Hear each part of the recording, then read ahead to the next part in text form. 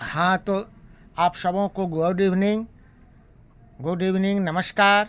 आज Krishna tuition centre Birpur YouTube channel पर आज महत्वपूर्ण चीज़ लेकर के हम आए हैं। आज हम लोग जानेंगे इस क्लास में संस्कृत में जो लघु निबंध पूछा जाता है, जिसे अनुच्छेद कहते हैं, इस अनुच्छेद लेखन के बारे में आज पढ़ेंगे, जो क्लास 9th के लिए बहुत ही महत्वपूर्ण है, इम्पॉर्टेंट है। ये एनुअल एग्ज़ाम जो 26 में जो चल रहा है, आज से जो आप लोगों का एग्ज़ाम चल रहा है, उसमें संस्कृत में ये पूछे जाने वाले महत्वपूर्ण आज अनुच्छेद लेकर के आए हैं। तो आप लोग निश्चित इसे ले करके, इसे पढ़ करके लाभान्वित होंगे और आपका परीक्षा में अच्छा पेपर जाएगा। आप अच्छे से अच्छे अंक प्राप्त करेंगे। साथ ही अन्य बोर्ड के लिए भी, सीबीएसई बोर्ड हो, यूपी बोर्ड हो, एमपी बोर्ड हो, सभी में इस तरह के अनुच्छेद पूछे जाते हैं, उसके लिए भी यह महत्वपूर्ण है। तो आइए अनुच्छेद लेखन में आज हम सर्वप्रथम पढ़ते हैं अस्माकं देशः या भारतवर्षम। अस्माकं देशः या भारतवर्षम 5 वाक्य 6 वाक्य में इसका लिखना है। तो क्या लिखेंगे? अस्माकं देशः, या इसी को भारतवर्षम भी पूछ सकता है, तो लिखेंगे भारतवर्षम अस्माकं देशः अस्ति। अस्य अयम एशिया महादेशस्य दक्षिण भागे अवस्थितः। अत्र गंगा ब्रह्मपुत्रादयः नद्यः वहन्ति।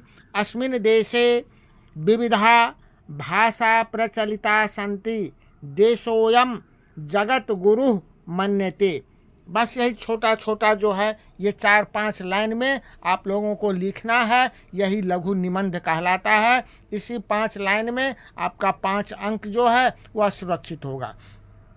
अगला है लघु निबंध हमारा पुस्तकालय पर। पुस्तकालय पर लिखेंगे पुस्तकानाम आलयः पुस्तकालयः कथ्यते। तत्र बहूनां विषयाणां पुस्तकानि वर्तन्ते। एकः द्वौ त्रयो वा जनाः तानि रक्षन्ति। कोऽपि तत्र पुस्तकं पठितुं शक्नोति। पुस्तकालयेन छात्राः शिक्षकाः उपकृता भवन्ति। बस हो गया। जो पुस्तकानाम आलयः, पुस्तकों का घर, पुस्तकालय कहे जाते हैं। तत्र बहुना विषयाणाम पुस्तकानि वर्तते। वहाँ बहुतों विषय का, अनेक विषयों के पुस्तक रहते हैं। 1, 2, 3 या अधिक लोग उनकी जो है जना तानि रक्षन्ति, उनकी रक्षा करता है। अकोपि तत्र पुस्तकम पठन्ति, वहाँ कोई भी जाकर के पुस्तक को पढ़ सकता है। बस हो गया। अगला है उद्यानम। इसी तरह से उद्यानम के बारे में हम लोग पढ़ेंगे। उद्याने सर्वविधा वृक्षा वर्तन्ते। तत्र पुष्प वृक्षा लघुपादपाश्च दृश्यन्ते। वृक्षेषु आम्रः पनसः डाण्डिमः बिल्पादयः प्रधानाः सन्ति। आरोप्यन्ते उद्याने युथिका मालती केतकी चंपकादीनि पुष्पाणि। जनाः प्रातः सायञ्च मनोरंजनाय उद्याने भ्रमन्ति। जो उद्याने सर्वविधा वृक्षा वर्तते। उद्यान में, बगीचा में अनेक प्रकार के वृक्ष होते हैं। वहाँ पुष्प वृक्ष जो है वह छोटा भी होता है, बड़ा भी होता है। वृक्षों में आम का वृक्ष होता है, बेलपत्र का प्रधान वृक्ष होता है। लोग बगीचा में, उद्यान में केतकी फूल, चंपा, अनेक प्रकार के फूल रोपते हैं नहीं, और मनोरंजन के लिए शाम में घूमते हैं। यही लिख रहे हैं। अगला है हमारा आदर्श छात्रा। बहुत ही महत्वपूर्ण आज जो है हम लघु निबंध लेकर के आए हैं।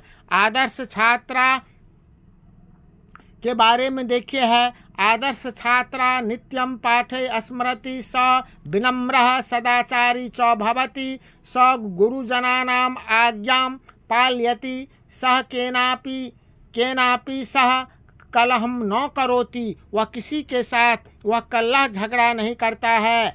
सह सर्वे सह मिलित्वा वसति, वह सभी के साथ मिलकर आदर्श छात्र जो होते हैं वह बसते हैं।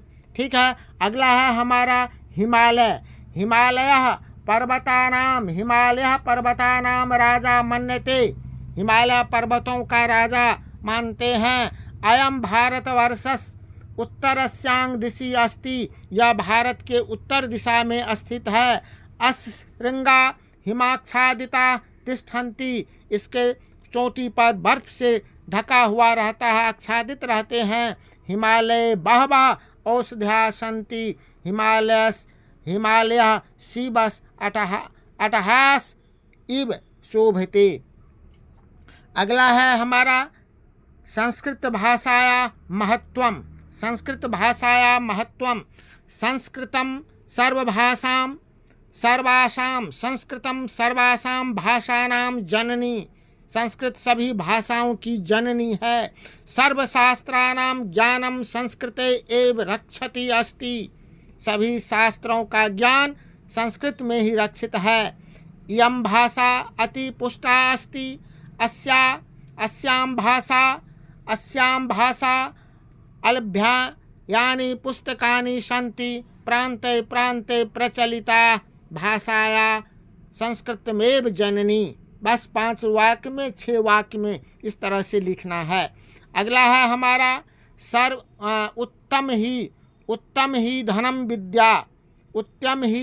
विद्या, ज्ञानार्थक विद धातो विद्या शब्दः, शिक्ष धातो शिक्षा शब्दः निष्पद्यते।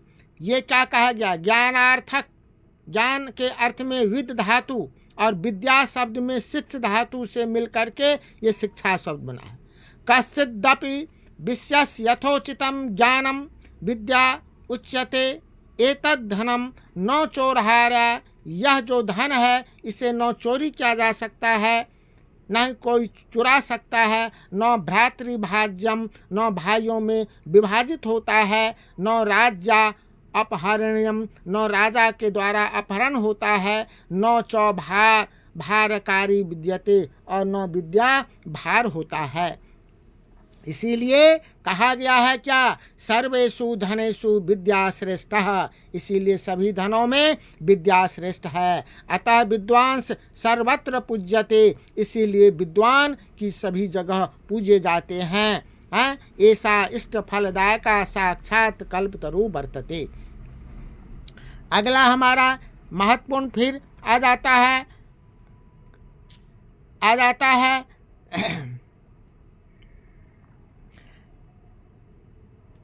कविसु कालिदास, या कविसु कालिदास इस तरह से, या दूसरा पूछ दे मम प्रिय कवि, तो उसमें भी यही लिखना है, कविसु कालिदास। यदि मम प्रिय कवि पूछे तो भी यही लिखना है। कविसु कालिदास श्रेष्ठ मन्यते, तस्य जन्मस्थानम कालंचापि संदिग्धो अस्तः, केचिद दधम मिथिलायाम जातः मन्यते, कोई इनका जन्म मिथिला में मानते हैं। अन्या उज्जैन्यानाम जातः मन्यते, अन्य लोग उज्जैनी में मानते हैं। अस्य काव्ये उपमा लालित्यम दर्शन्यम, इस तरह से ये कालिदास के बारे में लिखना है। अभी बसंत ऋतु है, बसंत के बारे में पूछ सकता है, इसीलिए आपको बसंत के बारे में लिखे हैं, बता रहे हैं। जो बसंतः ऋतूनाम राजा अस्ति, इदानीं प्रकृते शोभा दर्शन्या भवति। आम वृक्षा मंजरीभिः आच्छादिता तिष्ठन्ति, नाधिकं शीतं नाधिकं तापं च वा अनुभूयते, कोकिलानां मधुरम गीतम श्रूयते। ठीक है। अब देखिए आने वाला समय जो है ऋतु से संबंधित लिए हैं। जिस ऋतु में वर्षा ऋतु है, उसके बाद अभी दुर्गा पूजा कल से प्रारंभ हो रहा है, चैती नवरात्र जिसे बसंतिया नवरात्र कहते हैं, और आने वाले समय में दीपावली। तो इस तरह से ये सब 3 महत्वपूर्ण आज सारा लेकर के हम आए हैं आप लोगों के लिए। आप लोग इसे ज़रूर जो है लिख करके कंप्लीट करके याद करके परीक्षा में जाइएगा। इसी 12 अनुच्छेद में से आपको परीक्षा में पूछा जाएगा। तो वर्षा ऋतु जो कहा गया है, अस्माकं देशः षष्ठ ऋतवः भवन्ति तेषु वर्षा ऋतु सर्वाधिकः लाभप्रदः भवति। हम लोगों के देश में 6 ऋतु होते हैं, उनमें से वर्षा ऋतु सबसे अधिक लाभप्रद होता है। वर्षासु एव धान्यम रोप्यते, वर्षा से ही धान की रोपते हैं, धान की रोपाई होती है। नद्यः वेगेन प्रवहति, और नदियाँ जो है वेग से तेजी से प्रवाहित होती है। रात्रो दुराद्रा रटंती। अब जो है इसी तरह से दुर्गा पूजा के बारे में लिखेंगे। दुर्गा पूजा शरदकाले भवति, स्थाने स्थाने देव्या प्रतिमा स्थाप्यते, सर्वे प्रतिमा दर्शनं कर्तुं गच्छति, प्रायशः जना नवीनं वस्त्रं धारयति, सर्वे उत्तम भोजनम च कुर्वन्ति। दुर्गा पूजा हो गया। अब देखिए लास्ट में दीपावली लेकर के, दीपावली के बारे में लिखना है। दीपावली अस्माकं देशस्य प्रमुख पर्व अस्ति।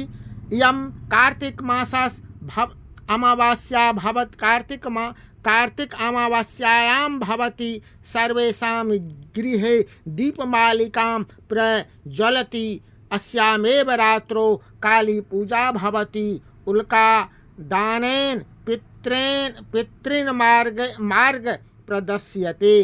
तो इस तरह से आज हम लोग ये जो 12 अनुच्छेद संस्कृत में अनुच्छेद पढ़े हैं, आप लोग इसे कंप्लीट कर लीजिएगा। और इसी 12 अनुच्छेद से आने वाले परीक्षा में आप लोगों को पूछा जाएगा। आशा करते हैं कि आप लोग इसे कंप्लीट कर लीजिएगा। इसी के साथ आप तमाम छात्र छात्राओं को धन्यवाद। आप इसे जो है ज़रूर इस क्लास के बारे में कमेंट कीजिएगा, लाइक कीजिएगा और शेयर कीजिएगा। इसी आशा के साथ आप सबको पुनः धन्यवाद। फिर लेकर के कल नेक्स्ट क्लास में एक नया चीज़ लेके आते हैं। तब तक के लिए आप सबों को पुनः बहुत बहुत धन्यवाद। जय हिंद।